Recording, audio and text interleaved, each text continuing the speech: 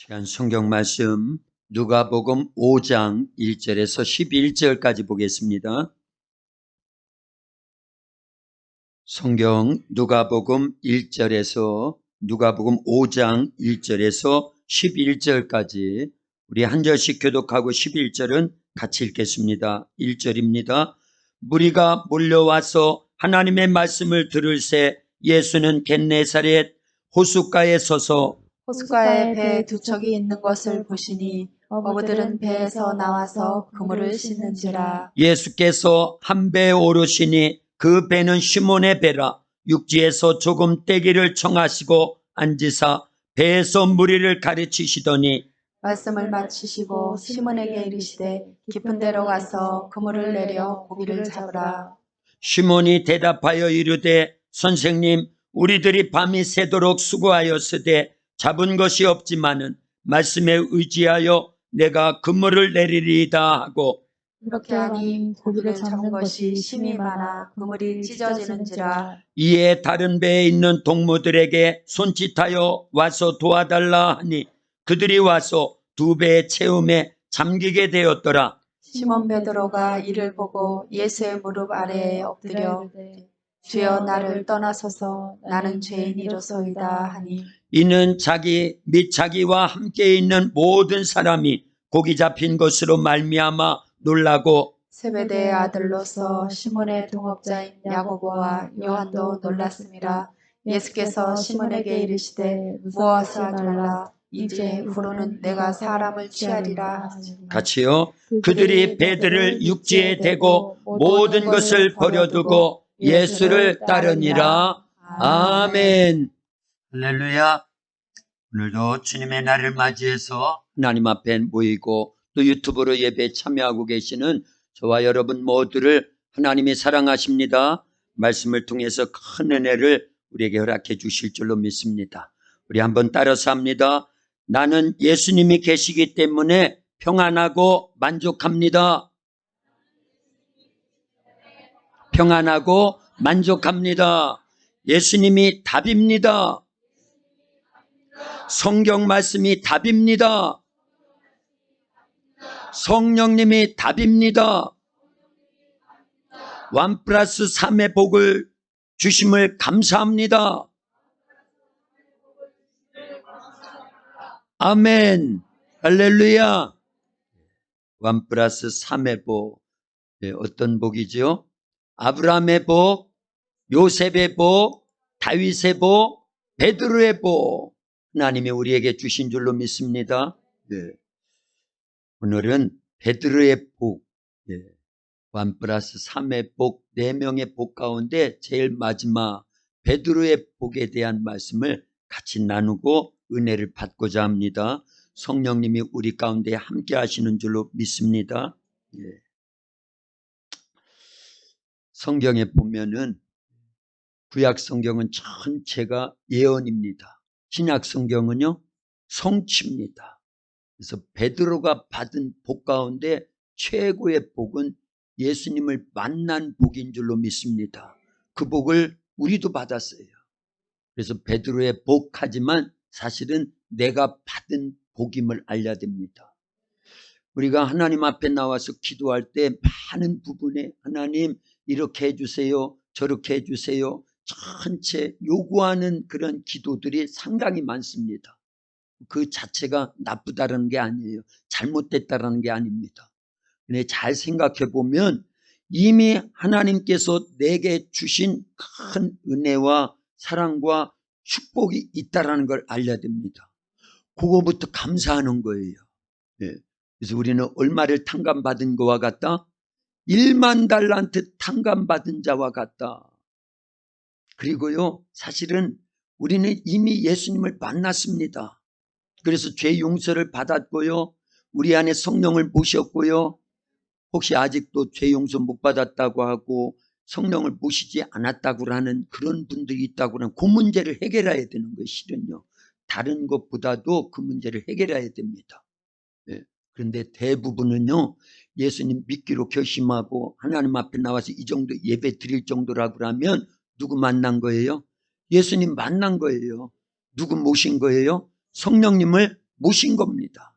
그래서 죄사함 받았고, 그리고 구원받았고, 하나님의 자녀가 되었고, 언제 죽음을 맞이해도 천국 갈 수 있는 그런 믿음이 우리 안에 있다라는 겁니다.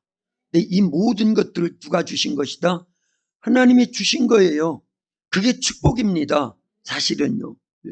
그래서 우리는 하나님이 내게 내려주신 사랑과 은혜와 축복을 먼저 기억해야 돼요. 그리고 감사해야 됩니다.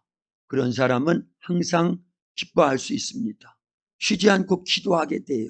범사에 감사할 수 있습니다. 성령을 소멸하지 않습니다. 예언을 멸시하지 않습니다. 범사에 헤아려 좋은 것을 취하고 악은 어떤 모양이라도 버리는 예수님 닮은 신앙생활, 절대적 영적 생활, 예수님의 성품과 기질과 특성과 근성으로 바뀌어진 신앙생활을 하게 될 줄로 믿습니다. 그래서 받은 바 은혜가 큼을 항상 기억하고 잊지 않고 감사하면서 살아갈 수 있기를 예수님의 이름으로 축원합니다. 할렐루야. 오늘 본문에 보면 예수님께서 예수님의 제자 가운데 네 제자를 부르셔요. 대표적으로 베드로를 부르시는 장면이 기록되어 있습니다. 그런데 베드로의 옛 직업은 어부입니다. 어부의 소원은 뭘까요? 만선의 꿈을 이루는 거예요. 고기를 많이 잡아가지고 그 배에 가득 채우는 만선의 꿈을 이루는 게 어부의 꿈이고 목표고 삶의 어떤 그런 목표다 그 얘기입니다. 그런데 이 베드로는요, 그날 밤새도 고기를 잡았는데 못 잡은 거예요. 어부가 고기를 못 잡았다고 하는 것은 농부가 한 해 동안 농사를 졌는데 거둘 것이 없는 패농한 거나 똑같은 거예요. 그래서 낙심하고 절망하고 풀이 죽어 있고, 그래서 빈 배요 빈 그물을 정리하고 있습니다. 아침 이른 시간이에요. 그런데 예수님께서 그 갈릴리 바닷가를 거니를 때 수많은 자들이 벌써 아침 이른 시간부터 예수님께로 찾아온 거예요. 그래서 예수님이 그 많은 무리들을 위해서 말씀을 전해주려고 베드로의 배를 빌리십니다. 근데 베드로에게 네 배를 좀 빌리자. 그리고 조금 이 육지에서 띄워서 나를 좀 태우고 가라. 왜요? 그래야 많은 무리들에게 효과적으로 말씀을 전할 수가 있으니까요. 근데 베드로는요, 그런 예수님의 요청, 예수님이 하시는 말씀을 듣고 순종합니다. 왜 그랬을까요? 빈 배요, 빈 그물인지라 어차피 고기를 닦지도 못했고 빈 배, 빈 그물인지라. 그래서 우리가요, 때로는 빈 배 인생, 빈 그물 인생이 더 복 있는 줄로 믿습니다. 아멘이 조금 작을 줄 알았어요. 이왕이면 많이 채워야지요. 이왕이면 많이 잡아야지요. 아니에요. 하나님은 언제나 실패자들을 쓰십니다. 원래 우리의 인생은 다 실패자들이었어요. 근데 자기가 모르는 거예요. 돈을 많이 벌면 성공한 줄 압니다. 지위가 높아지고 권세를 갖고 있으면 성공한 줄 알아요. 많은 지식을 쌓으면 성공한 줄 압니다. 근데 그게 아닙니다. 진짜 성공은요, 예수님을 만나서 구원받고 천국 가는 것이 진짜 성공이에요. 그런데 전 인류는 아담이 범죄한 이후에 죄로 인해서 죽으면 지옥 갈 수밖에 없는 그런 실패자들입니다. 근데 누가 찾아왔어요? 예수님이 찾아오신 거예요. 누가 만나주셨어요? 예수님이 우리를 만나주신 거예요. 우리는 원래 예수님 만나기 전에는, 구원받기 전에는 모두가 다 어떤 자였다? 실패자였다니까요. 근데 실패자가 복 있는 거예요. 조금 이따 다 설명해 드리겠습니다. 베드로가 그날 빈금을, 그날만큼은 고기를 못 잡았으니까 그날만큼은 어부로서 실패한 거예요. 근데 그게 오히려 복됐다니까요. 만약에 고기를 가득 잡아가지고 만선의 인간적인 생각에 야 오늘은 성공했어 하고 있었다고 하면 배를 빌려드릴 수 있어요 없어요? 없었다니까요. 그래서 빈배, 빈 그물의 인생이 더 복이 있을 수 있다. 그 얘기입니다. 누구를 만나면요? 예수님을 만나면요. 그래서 우리의 인생을 살아가는 동안에 혹시라도 세상 일이 꼬이고 실패가 되고 안 되고 노력을 하는데도 안 되면요. 그때 예수님 만날 수 있는 기회입니다. 그런 사람이 더 기도하거든요. 조그만한 믿음만 있어도요. 일이 승승장구하고 잘 되는 때는 기도 안 해요. 사실은요. 내가 잘나서 잘 되는 줄 알고요. 하나님의 은혜임을 잊고요. 감사하지도 않아요. 근데 일이 안 될 때, 실패할 때, 어려움이 생길 때 그때는 하나님 찾기가 쉽거든요. 그게 기회입니다. 그래서 축복입니다. 잃어버린 것보다 얻어진 게 많으면 그 하나님의 축복입니다. 처음보다 나중이 잘 되면 그 또한 하나님의 은혜입니다. 할렐루야. 베드로가 그런 거예요. 그날 일만 보면은요. 그런데 그날 자기가 빈 배라서 빈 그물이라서 예수님께 배를 빌려드렸다가 수지 맞았어요. 자기의 인생의 어마어마한 터닝 포인트, 전환점이 됐어요. 인생의 전환점이요. 누구 만났기 때문에요? 누구 모셨기 때문에요? 누구 말씀에 순종했기 때문에요? 예수님이요. 네. 그래서 예수님께 배를 빌려드리고 조금 더 띄워서 계속 예수님이 말씀을 전하십니다. 그런데 제일 지근거리에서 말씀을 들은 사람이 누구예요? 제일 가까이에서요. 베드로입니다. 그날만큼은 베드로가요 예수님 발치에서 계속 말씀을 듣는 거예요. 그 많은 무리들이 바닷가에 모여서 말씀을 들었지만 베드로만큼 수지 맞은 사람이 없어요. 예. 근데 그때만 해도 그게 수지인지 이득인지 영적 이익인지 자기 인생을 어마어마하게 바꿔주는 그런 터닝 포인트가 되는지를 몰랐다 그 얘기입니다. 그 순간은 몰랐어요. 근데 말씀을 다 마치신 다음에 예수님께서 베드로에게 또 말씀하셔요. 4절입니다. 같이 읽어봅니다. 4절이요. 말씀을 마치시고 시몬에게 이르시되 깊은 데로 가서 그물을 내려 고기를 잡으라. 오늘 사실은 이렇게 자세하게 설명할 수는 없어요. 네. 자, 그 말씀이 떨어지기가 무섭게 5절 같이 읽습니다.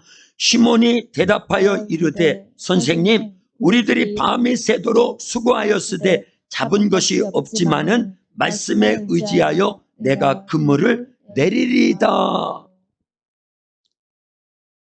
원래 그 바다는요 물이 맑기 때문에 낮에는 고기가 안 잡힌대요. 그물이 내려오면 고기들이 그물 내려오는구나 하고 다 도망가고 낚시가 내려오면 낚시 내려오는구나 하고 도망가 버려요.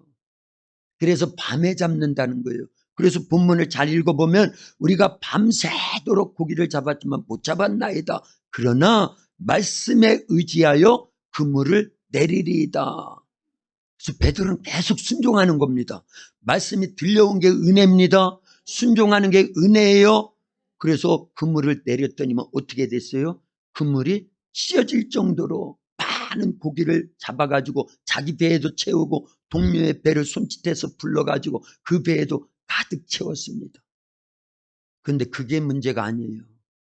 이 베드로가 생각할 때 이건 도저히 있을 수 없는 어마어마한 믿지 않는 사람들이 표현으로는요 기적이 일어난 거예요. 믿는 사람의 표현은요 이적과 표적이 일어난 겁니다. 그래서 깜짝 놀라면서 있는데 예수님이 이어서 말씀하셔요. 뭐라고 말씀하셨어요? 10절입니다. 같이 읽습니다. 세베대 야고보와 요한도 놀랐습니다. 예수께서 시몬에게 이르시되 무서워하지 말라. 이제 후로는 내가 사람을 취하리라. 아멘. 마태복음 4장에 보면은요, 18절부터 22절까지가 요 같은 본문이 있는 내용이거든요. 거기는 훨씬 더 짤막하게 요약만 딱 했어요. 고기 잡은 얘기는 없습니다. 배 빌려드린 얘기도 없습니다. 그냥 예수님이 베드로를 만남으로 인해서 나를 따라오너라. 그러면 너로 하여금 사람 낚는 어부되게 하겠다 하니 배와 그물을 버려두고 예수님을 따릅니다. 그렇게 표현을 했어요. 그런데 같은 내용인데 이 본문에서는 더 훨씬 자세하게 설명을 하고 있다는 거예요. 예수님을 따를 수 있는 배경이 있습니다. 고기를 많이 낚았거든요. 말씀을 듣는 중에 믿음이 생겼거든요. 믿음은 어디에서 난다고요? 들음에서 난다는 거예요. 그래서 우리가 말씀을 계속 들으면 믿음이 생깁니다. 그 말씀은 누구의 말씀으로 말미암는다? 예수님의 말씀으로 말미암는다 그랬어요. 그래서 우리는 말씀을 들어야 돼요. 그런데 그날 참 베드로를 예수님이 만나 주신 게 베드로의 최고의 축복입니다. 고기를 많이 잡은 게 축복이 아니에요.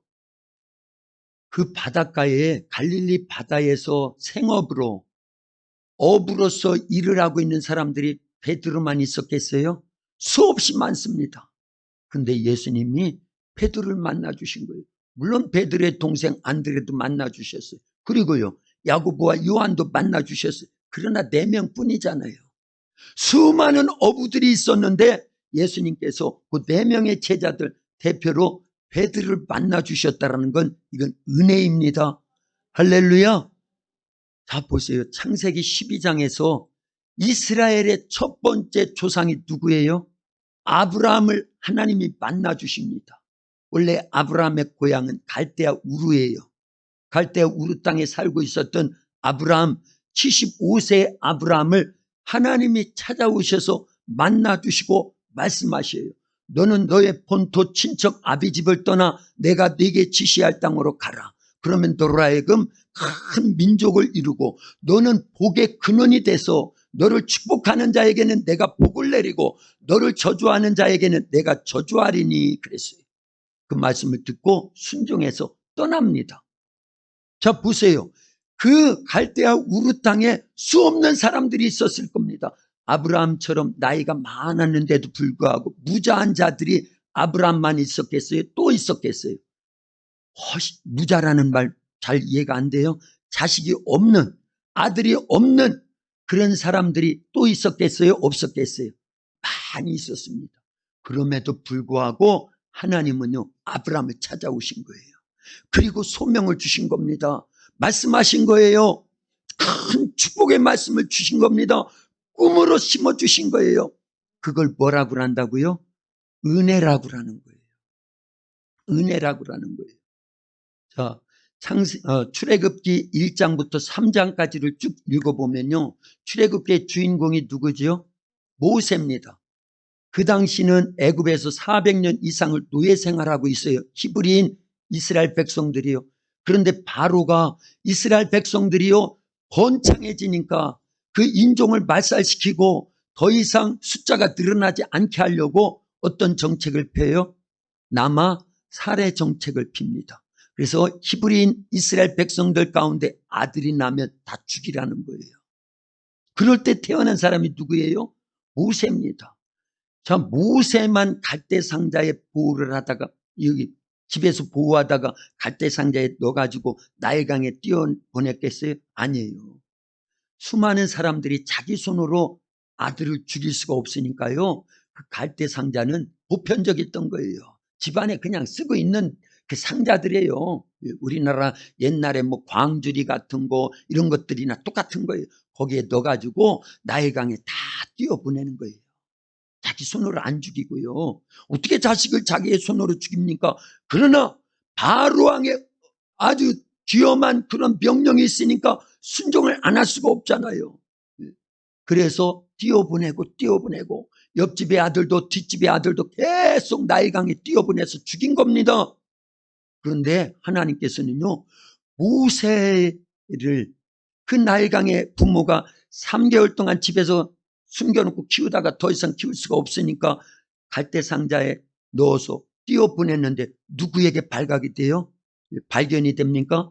바로의 딸 공주에게 발견이 돼서 뚜껑을 열어보니까 모세예요. 그런데 하나님이 그 바로의 딸 공주의 마음을 감동하신 겁니다. 분명히 히브리인이라는 걸 알고 있습니다. 히브리인이 이스라엘의 아들이라는 걸 알고 있는데도 안 죽이는 거예요. 그리고 마음에 내가 양아들로 데려다가 키워야 되겠다. 이 마음을 누가 집어넣겠냐는 거예요. 하나님이 집어넣어 주신 줄로 믿습니다. 그리고요 그 얘기를 잘 보면은요 신기하잖아요. 엄마 젖을 먹고 성장을 합니다. 이게 다 누구의 역사다? 하나님의 역사인데 그걸 뭐라고 한다고요? 은혜라고 하는 거예요. 예. 어부들이 많았는데 베드로를 콕 집어서 나를 따라오너라. 내가 너로 하여금 사람 낚는 어부 되게 하겠다. 갈대아 우르 땅에 수많은 무장한 자들이 있었는데도 불구하고 아브라함을 콕 집어가지고 내 말을 듣고 순종하면 너로 하여금 큰 민족을 이루고 너는 복의 근원이 되게 해주겠다. 그리고 내 씨로 말미암아 대적의 성문을 차지하리라. 내 씨가 이제 내 씨로 말미암아 천하 만민이 복을 받게 하겠다. 그 누구 보내주시겠다라는 거라고요? 예수님 보내주셔서 전 인류를 구원해 주시겠다고 하는 이 엄청난 축복의 말씀을 주십니다. 그게 다 은혜라는 거예요. 할렐루야. 그래서 에베소서 2장 8절에서 10절까지는 이렇게 표현했습니다. 우리 한 절씩 교독합니다. 에베소서 2장 8절에서 10절까지요. 8절은 제가요. 너희는 그 은혜에 의하여 믿음으로 말미암아 구원을 받았으니 이것은 너희에게서 난 것이 아니요 하나님의 선물이라. 행위에서 난 것이 아니니 이는 누구든지 자랑하지 못하게 함이라. 같이요. 우리는 그가 만드신 바라 그리스도 예수 안에서 선한 일을 위하여 지으심을 받은 자니 이 일은 하나님이 전에 예비하사 우리로 그 가운데서 행하게 하려 하심이니라. 아멘. 우리가 구원받은 것은 하나님의 은혜인 줄로 믿습니다. 너희가 그 은혜로 말미암아 구원을 받았나니 이는 하나님의 은혜라는 거예요. 이 지구상에 75억 명 이상이 살고 있습니다. 동일한 시간대에 지금요. 그런데도 불구하고 우리가 예수님을 믿게 됐다는 건 최고의 축복인 줄로 믿습니다. 그게 하나님의 은혜예요. 하나님의 은혜인 줄로 믿습니다. 그래서 하나님께서 우리를 택하시고 부르시고 구원받게 하시려고 예수님을 이 땅에 보내주신 거예요. 이 자체가 은혜입니다. 베드로가 예수님 만난 것처럼 우리가 예수님 만난 건 하나님의 전적인 사랑이요 은혜요 축복임을 알려야 됩니다. 그런데요, 베드로는 예수님을 만남으로 인해서 새로운 인생이 시작됩니다. 베드로는 원래 유대인입니다. 유대인은요 아브라함의 후손입니다. 누구를 섬기는 사람이에요? 하나님을 섬기는 백성입니다. 유대인만 그 당시에 하나님을 섬기고 있었다는 걸 알려야 됩니다. 할렐루야. 그런데요, 또 보세요.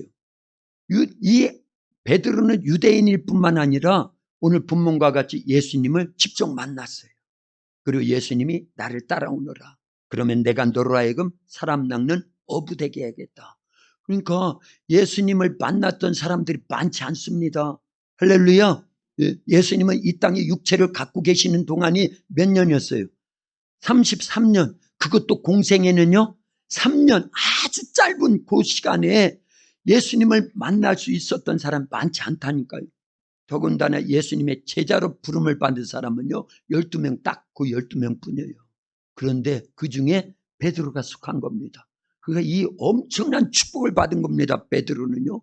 그런데 이제 계속 앞으로 이제 베드로에 대해서 몇 주간 동안 우리가 배우겠지만요. 예수님을 밖에 모신 예수님뿐만 아니라 안에 심령에 모신 예수님 누구로요? 성령으로 예수님을 모신 베드로는요. 어마어마한 축복입니다. 우리는 유대인이 아니에요. 아브라함의 혈통적인 후손은 아닙니다. 그리고 2000년 전에 33년 잠깐 오셨다가 가신 예수님을 육체적으로 만난 사실이 없어요. 그러나 우리는요 감사하게도 누구는 만났어요? 누구는 모셨어요? 성령을 모셨어요. 성령을 모셨다라는 건 사실은요 유대인적인 혈통의 유대인이 구원받는 게 아닙니다. 예수님을 육체적으로 만났다고 구원받는 게 아닙니다. 그렇잖아요. 그런데 반드시 성령을 모시면 구원을 받습니다. 그리고 그 성령에 의해서 신앙생활, 영적 신앙생활을 잘하다가 다시 임하시는 예수님을 만나게 되면 구원받거든요. 그러니까 우리도요 베드로급의 축복을 이미 받은 줄로 믿으시길 바랍니다. 할렐루야. 그런데 이 베드로를 예수님께서 그날 불러주시는 거예요. 그리고 말씀하시잖아요. 나를 따라오면 내가 너로 하여금 사람 낚는 어부 되게 하겠다. 자, 고기 낚는 어부가 가치 있는 인생이에요? 사람 낚는 어부가 더 가치 있는 인생이에요? 사람 낚는 어부가 더 가치 있는 인생인 줄로 믿습니다. 그런데요, 잘 보면은 이 베드로는 사실은 처음부터 믿음이 있었어요. 물론 오늘 배경을 잘 보면 마태복음만 보면은 야 대단하다 그러는데요, 오늘 본문을 보면 그럴 수 있지, 저 정도라고 하면. 그렇지 않습니까? 큰 이적과 표적을 받기 때문에 예수님을 그냥 따라가는 거예요. 그 말씀을 신뢰할 수밖에 없고요. 이미 발끝에서 예수님이 하시는 말씀을 듣고 영적 감각 속에서 저분이 보통 분이 아니구나. 그래서 우리의 믿음이 커야 됩니다. 믿음이 있어야 됩니다. 믿음은 들음에서 나는 거예요. 말씀을 계속 듣고 읽고 말씀대로 살다 보면요, 믿음이 생깁니다. 그래야 됩니다. 그러고 이 베드로처럼요, 예수님 우리 안에 계시는 성령님에 의한 영적 체험들이 있어야 됩니다. 그러면 예수님 믿기가 쉬워요. 사실은 믿음이라고 하는 봐요, 이적과 표적을 받는데도 불구하고 예수님을 따르지 않는 사람들이 있습니다. 그런데 베드로는요, 이적과 표적을 봄으로 인해서 예수님을 따랐어요. 그럴 때 필요한 것이 무엇이다? 믿음이 필요하다라는 거예요. 믿음이라는 건요, 포기해야 될 것들이 많다라는 걸 알아야 됩니다. 베드로는 뭘 포기했어요? 배와 그물을 포기했고요. 그 배경을, 베드로의 모든 삶을 잘 보면, 베드로에 관한 말씀을 잘 읽어보면 처자식도 포기한 겁니다. 그게 어디에 있냐면요, 마태복음 8장 14절에서 17절까지 보면 예수님과 제자들이 베드로의 집에 가셔요. 그랬더니 그 집에 누가 있었어요? 베드로의 장모가 10병에 앓아 누워 있습니다. 그걸 보니까 이미 결혼을 했다는 걸 알 수 있습니다. 그 정도라 그러면 처자식이 있었다라는 거죠. 그런데 그것마저도 포기했습니다. 그래서 믿음은요, 무엇이 옳고 그른지를 판단하는 거예요. 그리고 믿음은요, 무엇이 더 가치 있고 덜 가치 있는지를 판단하는 겁니다. 그래서 믿음은 지혜로운 사람에게 믿음 있는 거예요. 세상 지혜를 말고요, 하나님이 주신 지혜를 가지고 판단을 해서요, 베드로는 다 포기하고 누구 따르는 거예요. 그게 손해보는 걸까요? 이득일까요? 예. 그런데 육신적으로 생각하고 세상적으로 생각하면요, 그건 손해보는 거지요. 그러나 영적으로, 신앙적으로 생각해 보면 어마어마한 이득이 있는 겁니다. 할렐루야. 그래서 그게 지혜라고 하는 거예요. 그걸 지혜라고 하는 거예요. 하나님께서 베드로에게 그런 지혜를 주신 거예요. 학문은 짧고 세상 주의는 높지 않고 많은 것 같지는 않았어도요, 예수님이 말씀하실 때 순종하고 따르는 걸 보니까 베드로에게는 뭐가 있었다? 지혜가 있었다. 또 뭐가 있었다? 믿음이 있었다라는 거예요. 결단력이 있는 겁니다. 그런 부분에서요. 그래서 우리도요, 때로는요, 주님이 말씀하시면요, 세상적인 건 다 놓아야 되는 거예요. 그래서 마태복음 16장 24절에 보니까 예수님이 그러시지요. 아무든지 나를 따라오려거든 자기 자신을 부인하고 제 십자가를 지고 나를 쫓을 것이니라.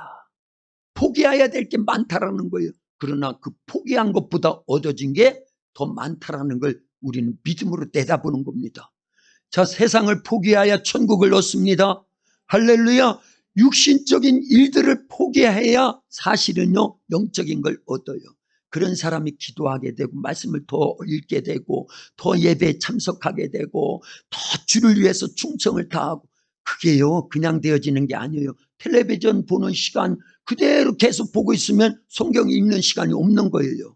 그래서 텔레비전 보는 시간은 줄이는 겁니다.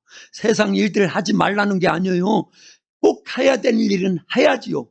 그러나 영적인 일들보다 그걸 더 많이 더 중요하게 여겨가지고 영적인 일들은 기도도 하지 않고 예배도 등한히 여기고 말씀도 안 보고 찬송도 안 하고 전도도 안 하고 교회를 위해서 충성도 안 하고, 그러면서 세상 일은 막 분주해가지고 일주일 내내 세상 일만 해요. 세상 즐거움만 따라가고요. 죄라는 죄는 다 짓고 있고요. 그러고 천국을 얻겠다고 하면 주님이 그런 사람을 구원할까요?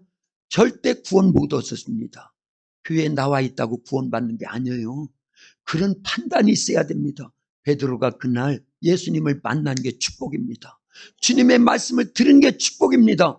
그런데 포기할 수 있는 결단을 갖고 믿음으로 주님 따라 나선 행위가 있었기 때문에 축복이다, 그 얘기입니다. 할렐루야. 그래서 우리는 믿음 생활 이런 단계로 해야 돼요. 말씀을 들어야 되고요, 주님 만나야 됩니다. 그리고 결단해야 돼요. 결단해야 됩니다. 참, 구원받는다라는 것이요, 천국을 얻는다라는 것이요, 영생을 얻는다라는 것이요, 얼마나 복이 있느냐. 예. 사실은 세상을 다 포기해야 얻는 게 천국이에요. 근데 세상은요, 작은 겁니다. 천국에 비하면요. 그렇지 않습니까? 노아가 왜 하나님의 말씀을 듣고 100년이라는 시간을 투자하고 그 100년 동안 방주를 지었다고 하면요, 자기의 물질을, 재산을, 전 재산을 그 방주 짓는 데다가 다 투자한 거예요. 왜 그랬어요? 물심판에 구원받으려고요. 자, 그러면 그 구원이 크겠어요? 100년이라는 시간과 물질이 크겠어요? 구원이 크기 때문에. 아니, 홍수 심판에 구원받지 못하면요, 100년 동안 방주 안 짓고 돈 쌓아놓은 거, 시간 쌓아놓은 거, 시간은 어차피 지나요. 예. 그런데 무슨 소용이 있어요? 그게 자기에게 유익이 있어요, 없어요? 없다는 걸 알려야 됩니다. 그런데 당장 시간 들이고 방주 짓는 거, 돈 들여서 물질 들여서 방주 짓는 걸, 그걸 아까워가지고 방주 안 짓고 똑같이 물심판이 임했다고 하면 그 가족이 다 죽었어요. 그들도 마찬가지인 겁니다. 우리는요, 지혜로워야 돼요. 믿음이 있어야 됩니다. 주님이 우리도 불러주시고 우리에게도 말씀하시고 계속 사명을 주시고 은혜를 주시는데 세상 일 때문에 그게 커 보이니까 그걸 놓지 않는 거예요. 손에 꽉 쥐고 있으면요, 이건 가짜예요, 가짜. 십자가 말고요. 이거는요, 이거 금 아니에요, 금. 금은 아닙니다, 이거. 예, 신주라고 하는데, 신주는 뭘로 만들죠? 모르겠어요. 어쨌든 쇠붙이로 만들어요. 예. 근데 이거만큼의 금덩어리를 준다고 할 때, 예수님이 우리에게 이만한 금덩이를 준다고 할 때, 우리가 이걸 계속 한 손만 있다고 하고 이걸 계속 쥐고 있다고 하면은요, 주시는 진짜 금덩어리 다이아몬드를 받을 수 있어요, 없어요? 없습니다. 어떻게 해야 돼요? 일단 놓아야 돼요. 포기해야 됩니다.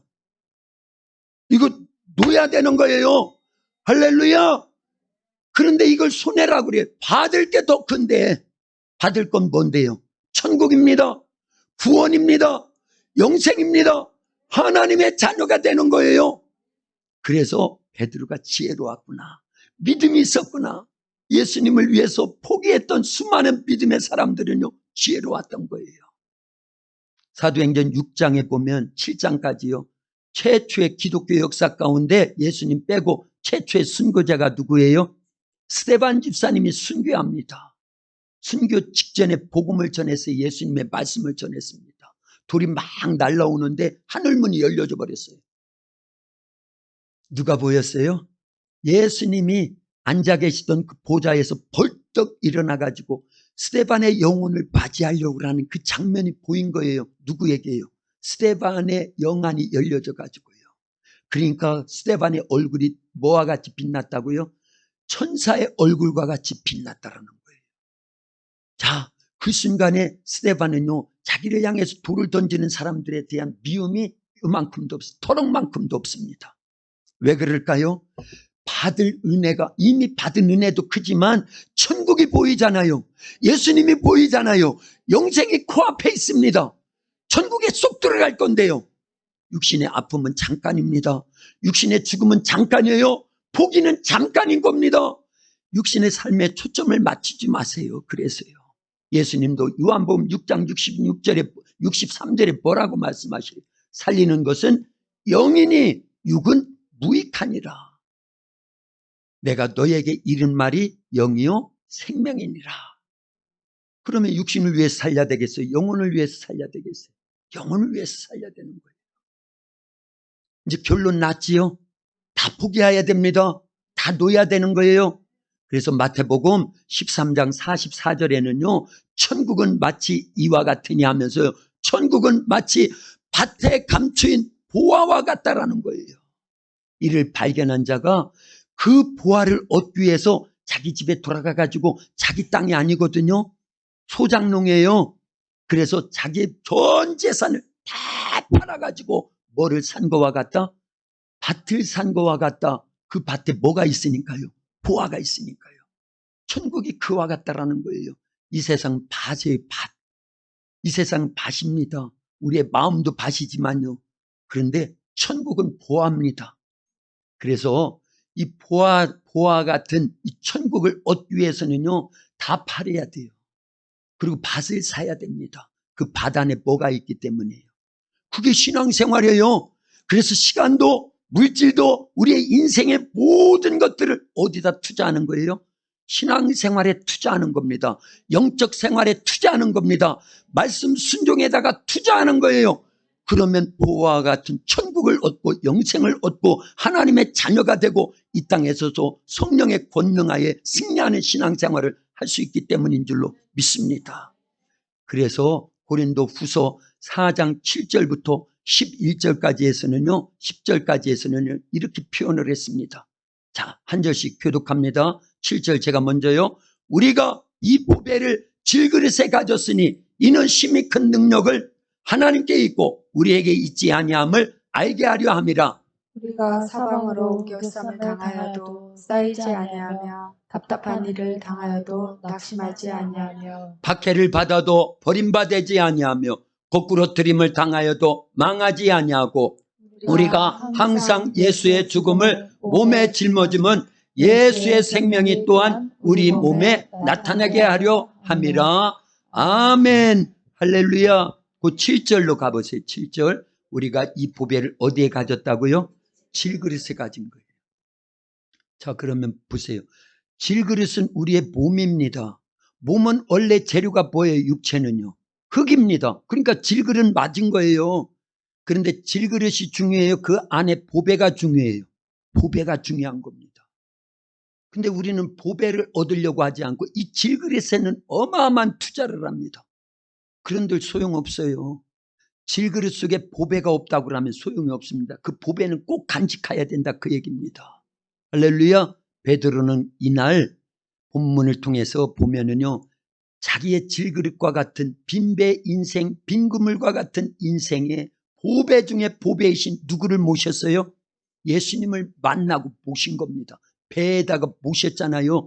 자기가 만난 거예요. 그리고 말씀하실 때 순종해서 따른다라는 건 누구를 따라가고 있는 거예요? 보배이신 예수님을 따르고 예수님을 간직한 거예요. 모신 겁니다. 할렐루야. 그래서 그날 보배로 오신 예수님을 모시고 자기의 인생이 완전히 바뀌어집니다. 그동안은 고기를 얼마 낚아야 되는지, 못 낚으면 그것 때문에 전전긍긍하고 많이 낚으면 그것 때문에 기뻐하고 거기에 초점을 두고만 살았습니다. 그런데 그날 이후부터는요, 베드로는요, 사람 낚는 어부의 수업을 하는 거예요. 물론 그것으로 다 된 건 아닙니다. 나중에 성령을 모시야만 그가 완전히 변화받습니다. 그러나요, 일생일대에 예수님을 만났다고 하는 건 최고의 축복입니다. 자기는 그때는 잘 몰랐을 겁니다. 나중은 다 알지요. 자, 예수님을 만난다라는 건요, 구약 전체 예언을 완성하신 분이 누구예요? 예수님이에요. 예수님은 그리스도입니다. 예수가 그리스도입니다. 시작. 예수가 그리스도입니다. 이 고백은요, 나중에 마태복음 16장에 가면은 누가 최초로 하지요? 베드로가 자기의 신앙 고백을 그렇게 합니다. 주는 그리스도시요 살아계신 하나님의 아들이십니다. 그리스도라는 건 구약 성경에서는, 구약 성경은 그리스도고요. 신약 성경에는요, 메시아라는 것. 메시아라는 단어는요, 구원자라는 뜻입니다. 구원자를 만난 거예요. 자, 성경의 역사는 지금까지 전체 인류 역사는 성경으로 표현을 하면 몇 년이라고요? 6,000년입니다. 6,000년이에요. 아담부터 아브라함까지가 2,000년입니다. 아브라함부터 예수님까지가 2,000년이에요. 예수님부터 지금까지가 올해가 몇 년도예요? 2021년도라는 건 예수님이 태어난 그 해를 1년이거든요. AD 1년. 그러니까 예수님의 역사의 분기점이에요. 예수님이요. 예수님 오시기 전을 BC라고 하고 예수님 오신 이후부터는요 AD라고 하잖아요. 자, 그 정도로 예수님은요, 역사의 분기점인데 그 예수님은 구원자로 이 땅에 오신 거예요. 그 예수님을 만났다라는 건 어마어마한 축복입니다. 그 당시 베드로는 잘 몰랐어요. 어쨌든요, 고기를 많이 낫게 하신 거, 그걸 보니까 저분이 보통 분이 아니다. 그리고 그분이 나를 따르라 그러면 사람 낚는 어부되게 하겠다. 뭔지는 잘 모르지만은 일단 순종하는 겁니다. 할렐루야. 그래서 믿음이라는 건 다 알고 따라가는 게 아니에요. 따라가 보고 났더니 다 알아지는 겁니다. 이런 심오한 말씀도 잘 귀담아 듣고 순종해야 됩니다. 할렐루야. 왜 예수님 만난 것이, 베드로가 예수님 만난 게 최고의 축복이냐? 그건 고기 많이 잡은 것보다 더 큰 축복이고요. 예수님의 제자가 되는 거 물론 축복입니다. 그런데 예수님 만난 그 자체가 축복인 거는요, 구약 성경 전체에서 계속 처음부터 끝까지 누구 보내주시겠다고요? 예수님이 누구인지라. 세상을 죄와 사망에서 구원하고 마귀를 멸하시고 우리를 하나님의 자녀되게 해주시려면 누가 오셔야 돼요? 예수님이 오셔야 돼요. 누구로요? 구원자로 오셔야 되는 그 예언된 말씀으로 계속 했거든요. 창세기 3장 15절에 벌써요, 여자의 후손을 보내주겠다. 그 여자의 후손으로 오신 분이 누구예요? 예수님이잖아요. 아브라함을 택하신 이유가 뭐예요? 너로 하여금 큰 민족을 이루고 내 씨가 대적의 성문을 차지하리라. 그 씨를 통해서 민족을 형성해서 그 씨 가운데 누구 보내주셔야 되니까? 예수님. 그래서 이스라엘의 아브라함의 후손 그 민족은 멸절될 수가 없는 겁니다. 누가 오시기 전까지는요. 예수님이 오시기 전까지는 그 민족이요, 형성이 돼야 되고 없어지면 안 되는 겁니다. 그래서 애굽에서 400년 노예 생활을 하고 이스라엘 백성들이 또 광야를 지내면서 멸절될 위기 속에 아말렉과 전투에서 다 멸절될 위기잖아요. 광야 40년을 지내는 동안에 먹을 것도 없고 마실 물도 없고, 그런데도 멸절되지 않아요. 하나님은 계속 그들을 보호해 주십니다. 가나안 땅에 들어갔어도요, 그들은 전쟁에 계속 이깁니다. 왕정 시대가 돼가지고 이스라엘 민족이요 범죄를 했는데도 북쪽 이스라엘은요 아수르에게 멸망을 당해서 다 뿔뿔이 흩어지잖아요. 포로로 끌려가고요. 남쪽 유다는요 바벨론에 멸망을 당해서 바벨론에 어마어마한 사람들이 끌려가고 전쟁통에 많이 죽고 그럽니다. 그러나 민족이 멸살돼요, 안 돼요? 멸절되지를 않아요. 누구 보내주셔야 되니까. 그게 성경의 역사입니다. 그게 예수님이 오시기 전까지의 4,000년 동안의 역사예요. 성경이에요. 창조 이래로 예수님이 이 땅에 오시기까지가 딱 4,000년이 걸리는데 그 무수한 사건들이 계속 있는데 결과적으로는 예수님이 오시더라, 그 얘기입니다. 그 예수님이 구원자, 메시아, 그리스도, 온 세상을 죄와 사망에서 마귀 권세로부터 지옥 형벌로부터 우리를 구원해 주시려고 오신 예수님이 누구 만나 주셨다? 베드로를 만나 주셨다라는 거예요. 그리고 제자로 부르셔가지고 사람 낚는 어부되게 하겠다. 이거는요 이제 계속 배우겠지만요, 베드로는요 그 당시는 몰라요. 우리도 잘 모르잖아요. 지금요 내가 예수님 만난 것이 얼마나 큰 축복인지. 천국 가보면 알겠지요. 천국 가보면요, 그때 되면요. 그러나 믿음의 분량이 커가고 말씀의 농도를 막 우리가 더 짙게 갖고 있으면은요 성령에 의해서 그 분량이 커질까요, 안 커질까요? 커집니다. 그래서 받은 은혜가 이런 복이었어, 이런 은혜였어. 그런데 나는 세상 것만 쥐고 있었고 그것 때문에 연연하고 전전긍긍하고 근심하고 걱정하고 불안에 떨고 그랬었구나. 이렇게 깨달아진다니까요. 그걸 빨리 극복해야 되는 거예요. 할렐루야, 할렐루야. 그 베드로가 예수님 만난 건 어마어마한 축복입니다. 그런데 그게 은혜라니까요. 그게 은혜입니다. 그리고 고기 낚는 것보다 사람 낚는 어부가 되게 해주겠다고 하신 말씀이 나중에 이루어져요, 안 이루어져요? 사도행전 2장에 보면 베드로가 성령 충만해서 밖에 나가서 많은 유대인들이 오순절 명절을 지키려고 디아스포라 유대인들이 전 세계에서 다 모여왔습니다. 그들을 향해서 설교했더니 그들이 회개하고 예수님을 믿었는데 그날에 몇 명이 믿더라? 3,000명이 믿었어. 그 다음날 안진뱅이를 예수님의 이름으로 이렇게 세우고 나서 모여온 사람들에게 설교했더니 몇천 명이 예수님을 믿었다고요? 5천 명이 믿었습니다. 자, 그물 한번 내렸는데 3천 마리의 고기가 잡혔다고 그러면요, 어마어마한 겁니다. 또 내렸는데 5천 마리의 고기가 낚였다고, 그것마저도 엄청난데 그게 아니라 사람의 영혼을 구원했다라는 거예요. 쓰임받게 된 줄로 믿습니다. 한 영혼은요, 천하보다 소중한 거예요. 전 우주보다 소중한 게 한 사람의 영혼이 구원받는 겁니다. 근데 베드로는요, 예수님이 하신 말씀대로 순종해가지고 결국은 예수님의 십자가의 죽으심과 보혈의 공로, 그리고 부활하심과 승천 이후에 열흘 만에 성령이 오셔서 베드로의 삶을 완전히 또 다시 바꿔버립니다. 그래서 제자 베드로에서 사도 베드로로 권능 있는 삶을 살게 되니까요, 그때부터는 예수님이 최초 베드로를 만나서 하셨던 말씀 이루어져요, 안 이루어져요? 이루어져요. 그게 무슨 말씀이었어요? 나를 따라오너라, 그러면 내가 너로 하여금 사람 낚는 어부되게 하겠다. 그게 이루어지더라는 거예요. 여기서요, 잘 보세요. 예수님은 하나님이십니다. 우리는 삶이, 우리 사람들의 삶이라는 건요, 과거가 있고 현재가 있고 미래가 있어요. 뭐가 있다라는 거예요? 시간이 있다라는 거예요. 시간이. 그런데 하나님은 이 시간을 초월해 계시는 분이에요. 이 시간을 만드시고 창조하신 분이에요. 그러니까 시간의 지배를 받지 않습니다. 시간을 초월해 계셔요. 그래서 우리 인간의 과거와 현재와 미래를 하나님은 한눈에 보고 계셔요. 그래서 아브라함을 부르실 때도요, 아브라함아, 내가 너에게 말하는데 그대로 순종만 하면 큰 민족을 이루어. 이미 민족을 이룬 걸 하나님은 보셨을까요? 안 보셨을까요? 보시고 계시는 거예요. 그러고 부르시는 거예요.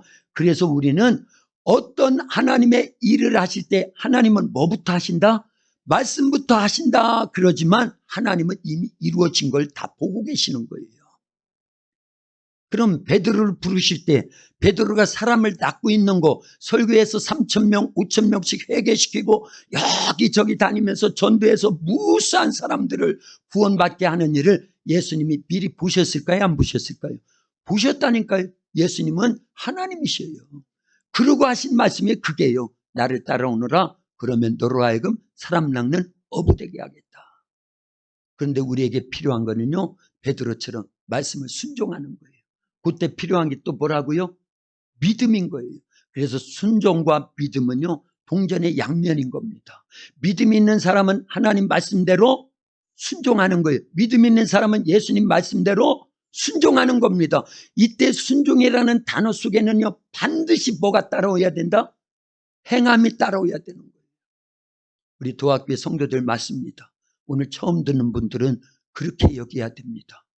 이게 안 되니까 오늘날 한국교회가 이렇게 무력해진 거예요. 말씀을 듣고 아멘은 하고 은혜를 받는데 밖에 나가면 싹 잊어버려요. 잊지 않았다고 해도 머릿속에만 있어요. 그래서 성경 지식은 풍부한데 능력은 없습니다. 경건의 모양은 있는데 경건의 능력은 없습니다. 하나님의 나라는요, 말에 있지 않고 뭐에 있다? 능력에 있다라는 거예요. 능력에 있다라는 거예요. 오늘 본문 설교가요, 저는 설교를 준비하기 위해서 올 한 해 동안에 그 설교한 내용들을 대략적으로 제목이라도 본문이라도 훑어봐야 되는 게 겹치는 게 있으면 안 되니까 안 되는 게 아니더라고요. 오늘 본문 똑같은 누가복음 5장 1절에서 11절이요. 어떤 분은 또 오해하실 수 있어요. 왜 똑같은 말을 또 하고 그래? 아닙니다. 우리 언제 했는지를 알아요? 저도 몰랐어요. 찾아보니까 있더라고요. 네. 1월 1일 날이 금요일 날이었어요. 1월 1일 날이. 올해 1월 2일 날이. 1일 날이. 금요일 날. 그래서 금요 기도회 때 봤던 본문하고 똑같더라고요. 그런데 올해 4월 30일이 또 금요일입니다. 그날 또 금요 기도회 때 또 봤더라고요. 그래서 두 편을 계속 몇 번을 들었어요. 지난 한 주일 동안 이 본문을 놓고 말씀을 준비하면서요. 근데 4월 30일은요, 4월 25일 다음이에요. 4월 25일 날이 주일날이었어요. 무슨 날이었어요? 아르마 무슨 날이었냐? 주일날? 그 목사님이 가르쳐준 날인 그걸 왜 묻겠어? 그 대답이 나오라고. 누가 아는 사람 없어요? 4월 25일 날이 주일날이었어요. 주일날이라고 대답하면 안 되지. 주일날은 가르쳐 드렸고 무슨 날이었어요? 보람이가 천국 간 날이에요. 저는 잊을 수가 없죠. 여러분들은 그만큼 저하고는 다르다 그 얘기예요. 다르다 그 얘기예요. 그러니까 어쩔 수 없는 거죠. 목사와 성도는 그 차이가 다를 수밖에 없는 거예요. 아름아, 너는 네 동생이잖아. 잊으면 되냐? 응? 왜 이런 말을 하겠어요? 저는 그 똑같은 본문을 1월 1일 날도 같은 금요일, 4월 30일도 금요일, 1월 1일 날은요, 희망에 차가지고 막 복음을 전했어요. 말씀을요. 유튜브에 있어요. 유튜브에 없나? 그거는 유튜브에 있습니다. 그거는요. 그런데 4월 30일 건 유튜브에 없더라고요. 그래서 저는 녹음을 다 하거든요. 모든 설교를 거의 다 합니다. 혹시 실수로 빠뜨리면 몰라도 1년 거를 다 갖고 있습니다. 그래서 쭉 훑어보다가 4월 30일 날 같은 본문으로 가장 마음이 아프고 힘겹고 어려울 때 있잖아요. 25일 날 장례를 치르는 거죠. 그 다음 날 치른 거잖아요. 화요일 날 치르고요. 화요일 날 치르고 금요일 수요 기도에도 억지로 예배를 인도했겠어요. 그런데 본문이 같으라서 그걸 다시 보는 겁니다. 듣는 거예요. 그런데 힘이 있더라고요. 힘이 있더라고요. 제가 이렇게 말씀을 드리면 어떤 분들은 목사님 그 설교 좀 듣고 싶어요. 유튜브에 없어요. 저만 갖고 있습니다. 그러는 분도 있고요. 아예 관심도 없어요. 드려야 됩니다. 드려야 됩니다. 아니요. 지금 얘기 드리잖아요. 그러니까요. 할렐루야. 왜냐? 실패자를 쓰시더라 그 얘기입니다. 그 설교를 하더라 그 얘기예요. 그 설교를요. 그러면서 저를 위로하는 걸 스스로를요. 그리고 얼마 안 있다가 하나님이 저에게 커다란 위로의 말씀을 주신 게 갈라디아서 6장 6절부터 9절 말씀이에요. 하나님은 만홀히 여기시지 않는다라는 거예요. 예? 하나님을 만홀히 여기면 안 된다라는 거예요. 경홀히 여기 가볍게 여기면 안 된다라는 거예요. 사람이 무엇으로 심든지 그대로 거두리라. 자기 육체를 위하여 심는 자는 육체로부터 썩어질 것을 거두지만 성령을 위하여 심는 자는 성령으로부터 영생을 거두리라. 우리가 선을 행하되 낙심하지 말지니 포기하지 않으면 때가 이름에 거두리라 하면서 위로해 주셨어요. 예, 위로해 주셨습니다. 이게 지금 무슨 뜻인지도 잘 모르시는 분들이 있을 겁니다. 그런데 예. 그 전에 같은 본문을 갖고 보람이가 먼저 하나님 나라 갖고 장례를 치르고 나서 첫 번째 금요 기도회 때 얼마나 영적으로 다운이 되고 힘겹고 어려웠겠어요. 그 심정을 조금이라도 헤아리면서 요 지금 얘기를 들으셔요. 그런데 그 설교는요 힘이 있더라 그 얘기예요. 그때는 저도 그런 줄 몰랐어요. 다시 들으니까 힘이 있더라 그 얘기입니다. 낙심하지 마. 저를 위로하고 있는 그 설교 내용이었어요. 하나님은 실패자도 쓰셔. 걱정하지 마. 오히려 빈배라서 쓴 거야. 빈금이라서 쓴 거야. 그 어부들이 많았다니까요. 그러나 그들은 조금이라도 고기를 잡았으니까 예수님이 몇 번째 베드로를 부르셨는지도 몰라요. 본문은 그렇게까지 안 나오니까요. 그러나 몇 사람을 거치고 왔는지도 몰라요. 배 빌려달라고.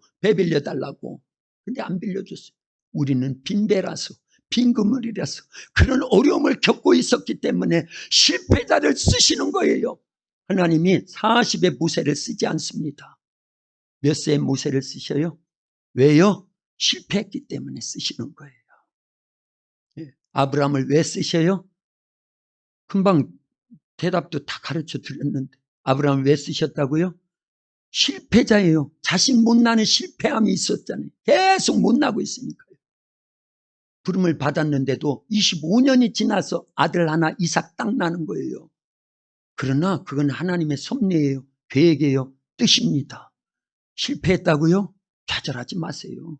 우리 도학교가 작다고요? 실패했다고요? 그렇지 않습니다. 하나님은 지금 계시는 거예요. 예수님은 성령으로 지금 계시는 거예요. 우리의 아픈 상처를 갖고 있을 때 찾아오십니다. 그리고 위로해 주십니다. 네가 실패했기 때문에 나를 더 필요하지 않느냐. 내가 너의 실패된 그 부분을 채워줄게. 너의 부족한 그 부분을 채워줄게. 걱정하지 마. 어부를 택한 것은요, 그래서 택하는 거예요. 고관 대작들이 얼마나 많이 있었습니까? 그 당시에 배움이 많은 사람들, 사회적 지위가 높은 사람들, 떵떵거리는 사람들, 그들을 제자로 안 불렀어요.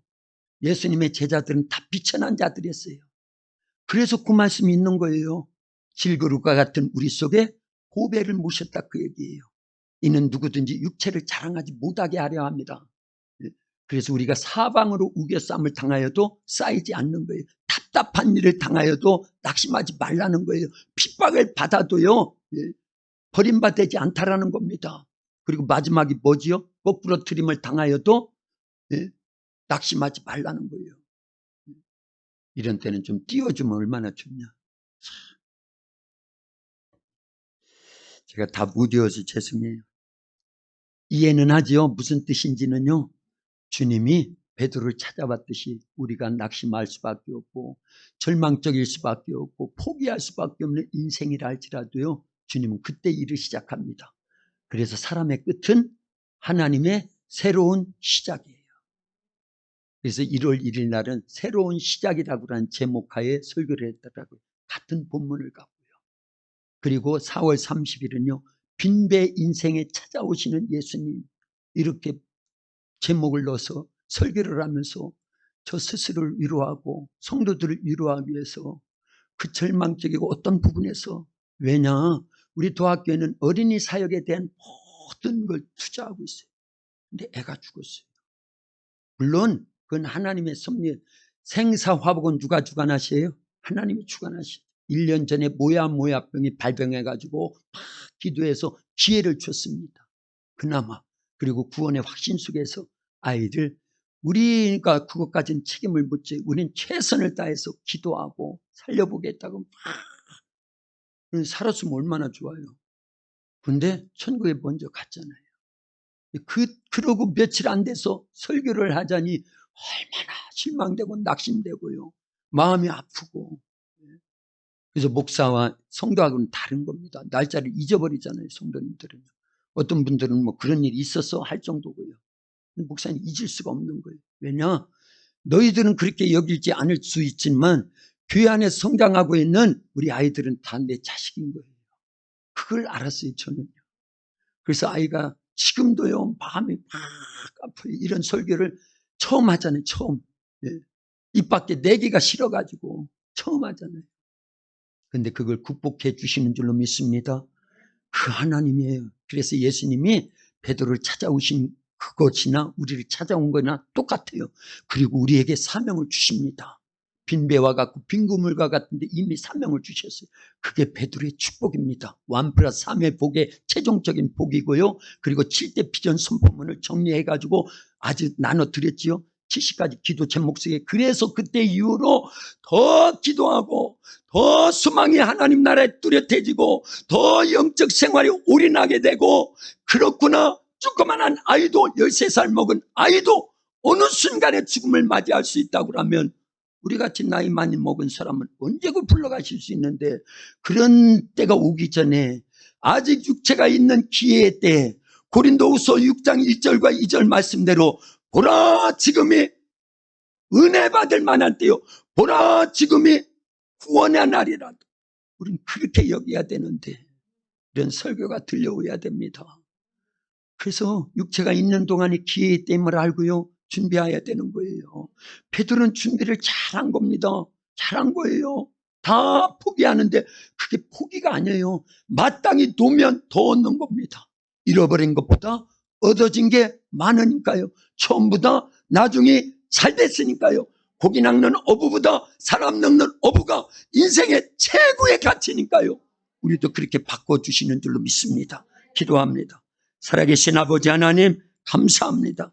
하나님이 우리를 지극히 사랑해 주시고 오늘 이같이 베드로를 만나 주신 것 같이 우리 예수님이 우리를 만나 주셨고 베드로에게 말씀하시며 꿈을 심어 주시고 비전을 주신 것 같이 우리에게도 말씀 주시고 꿈과 비전이 되게 해 주심을 감사합니다. 반드시 이루어 하나님의 영광이 나타나고 수많은 영혼들을 살리는 우리 도학교의 되는 교회로서 길이 되는 교회로서, 농촌 선교 모델 교회로서, 농촌 지역의 가장 큰 교회로서, 그리고 시대 신앙 부흥의 근원지로 주님이 쓰실 줄로 믿습니다. 함께 예배드린 우리 모든 성도들을 그렇게 축복하여 주시옵소서. 예수님의 이름으로 기도하옵나이다. 아멘.